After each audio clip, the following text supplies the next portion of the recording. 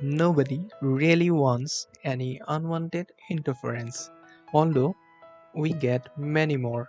Similarly, the electronics device we used in day-to-day lives also faced many unwanted stops. Here come some filter systems which help us to remove such interference. So today, let's discuss about the filters. I Devasis and my friend Anishmita here with you with a presentation on filter fundamentals. Without wasting any time, let's begin. Here are the outlines of our presentation. We will see what is filter, classifications, types of filters, steps in filter design, applications, and lastly, conclusion.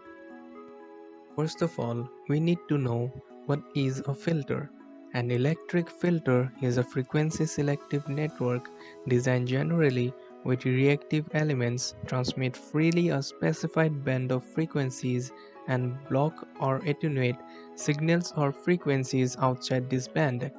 In other words, a filter is a system which can be designed to modify, reshape, or reject all the undesired frequencies of an electrical signal and pass only the desired signals.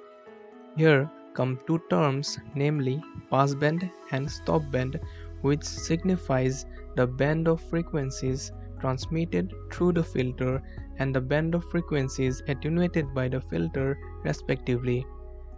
Here we can see filter reject the unwanted frequencies and allow the selected frequency to pass through. Now let's move on to the classification of filters. Filters are categorized in four groups based on input signals, components used, frequency range, and filtering components. Based on input signals, there are further two types, analog and digital. Based on component used, we have active and passive filters. Based on frequency range, we can further classify it as audio and radio. For filtering components, we have two more groups, RC and LC filters. They are known as simplest form of electric filter and they are some examples of passive filters. Now we are going to see analog and digital filters. Analog filters are designed to process analog signals while digital filter process analog signal using digital technique.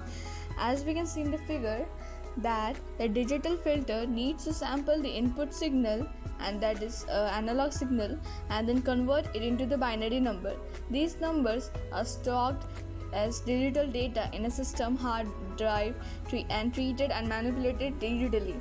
On the other hand, the analog filter does not go through such conversion. Instead, the signals stay in its analog form throughout the process of filtering. Now let's talk about active and passive filters. Passive filters are most responsive to a frequency range of roughly 100 Hz to 300 MHz. The limitation on the lower end is a result of the fact that at low frequencies the inductance or capacitance would have to be quite large. The upper frequency limit is due to the effect of parasitic capacitance and inductance. Careful design practices can extend to the use of passive circuits well into the gigahertz range. Active filters are capable of dealing with very low frequencies approaching to 0 Hz. They can provide voltage gain which passive filter cannot. The active filters can be used to design high order filters without the use of inductors. This is important because inductors are problematic at the context of the integrated circuit manufacturing techniques. However, active filters are less suitable for very high frequency application because of amplifier bandwidth limitation. Radio frequency circuits must often utilize passive filters.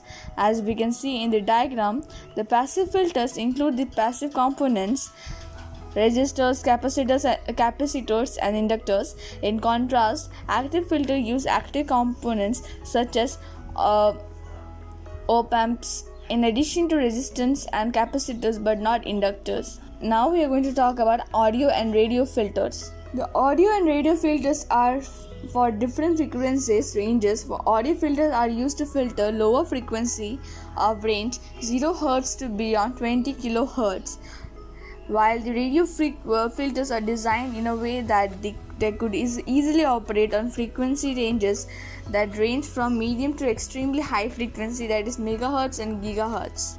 The four primary types of filter including the low pass filter, high pass filter, band pass filter, and the notch filter, which also can be called as band reject or band stop filter. Here the term high low do not refer to any absolute value of frequency, but their relatively value is with respect to the cutoff frequency.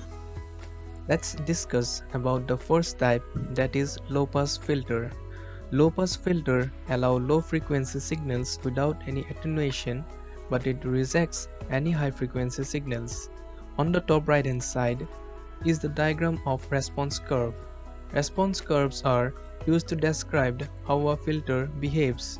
A response curve is simply a graph showing an attenuation ratio, that is V out by V in versus frequency.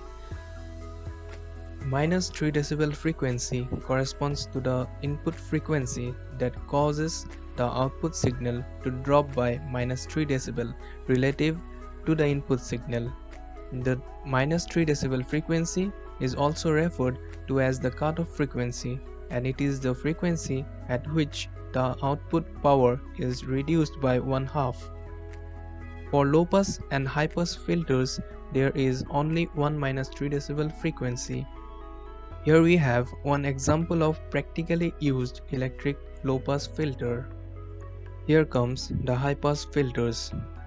The type of filter that allows the high frequency signals to pass without any attenuation in its amplitude and blocks any low frequency signal is called high pass filter. Any signal with a frequency lower than the cutoff frequency of the filter gets blocked, while any signal with a frequency higher than the cutoff frequency passes with full amplitude. If we look at the response curve carefully, we would be able to see it is exactly opposite to the low pass filter. Now the third one, the band pass filter.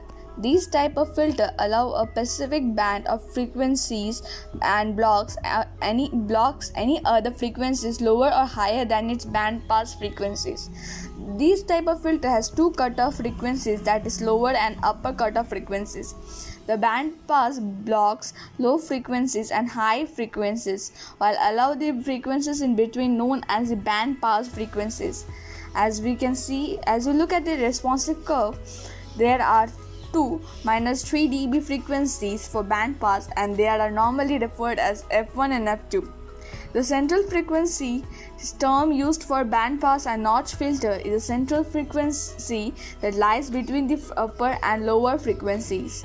The center frequency is commonly defined as either as the arithmetic or the geometric mean of the lower cutoff lower cutoff frequency and the upper cutoff frequency.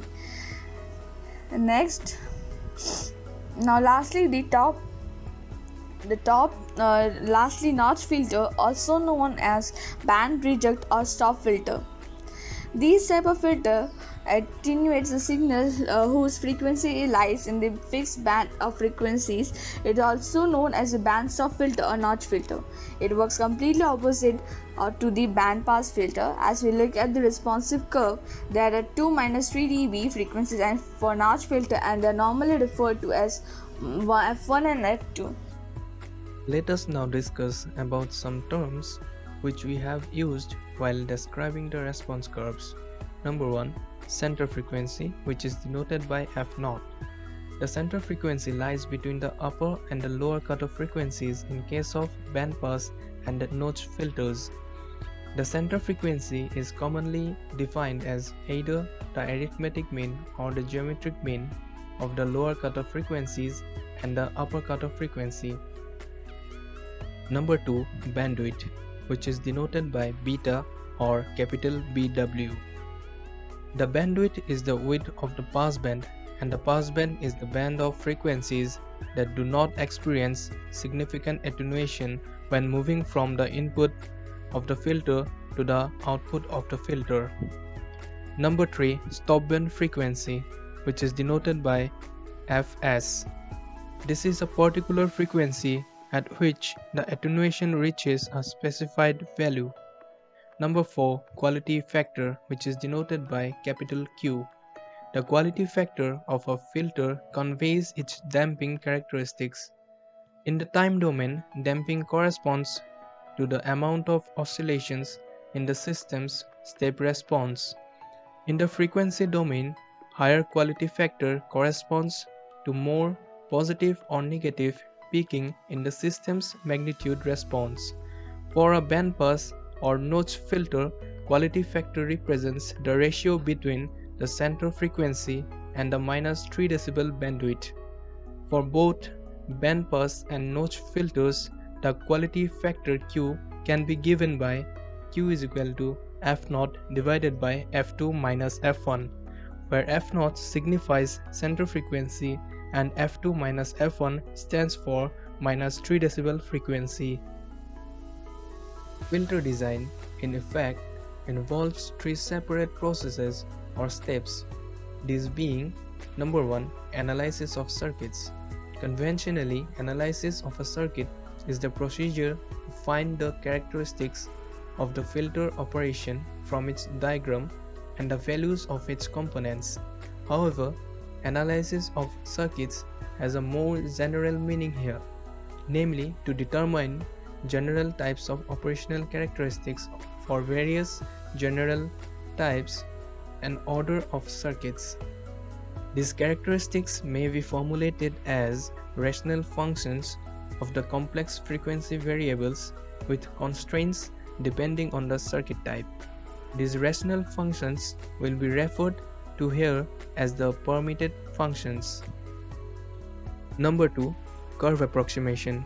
The filter's specification are not given in the form of rational functions, but as lines or curves that give, for example, maxima and minima of attenuation. These lines determine the so-called specified curves. Therefore, the next step in the filter design will necessarily be the determination of the permitted rational function that best approximates the specified curve, that is, that satisfies the condition set by the specified curve. Number 3, synthesis of the filter. Filter synthesis refers to the process for determining a circuit, that is, its diagram and the values of its components. Even more ambitiously, we may find all possible circuits that satisfy the specifications and among them select the best according to certain criteria. Here comes the applications part. In communication, it could be used as anti-aliasing filter, which is basically low pass filter. Here we can see the continuous signal where we use a low pass filter which act as an anti-aliasing filter, which become discrete and which is converted into digital. It also could be used in power electronic converter, like here in the like solar power, which could be used in a DC stored in a battery, which could be used by the inverter, AC/DC inverter, where we use a low pass filter which is reached to our house. In audio system like RE equalizer and image processing and many more. Like in image processing, by using low pass filter, the image becomes blurry, and using a high pass filter, the image becomes sharpened. Now the conclusions. Filters serve a critical role in many common applications. Such applications include power supplies, audio, electronics, and radio communications. Filter can be active or passive. The four main types of filter are low pass, high pass, band pass, and notch band reject. Though there are also all pass filters. Now, Thank you. Here we come to the end of our presentation. Thank you for being with us, and we hope we were able to give something new and informative information. Thank you.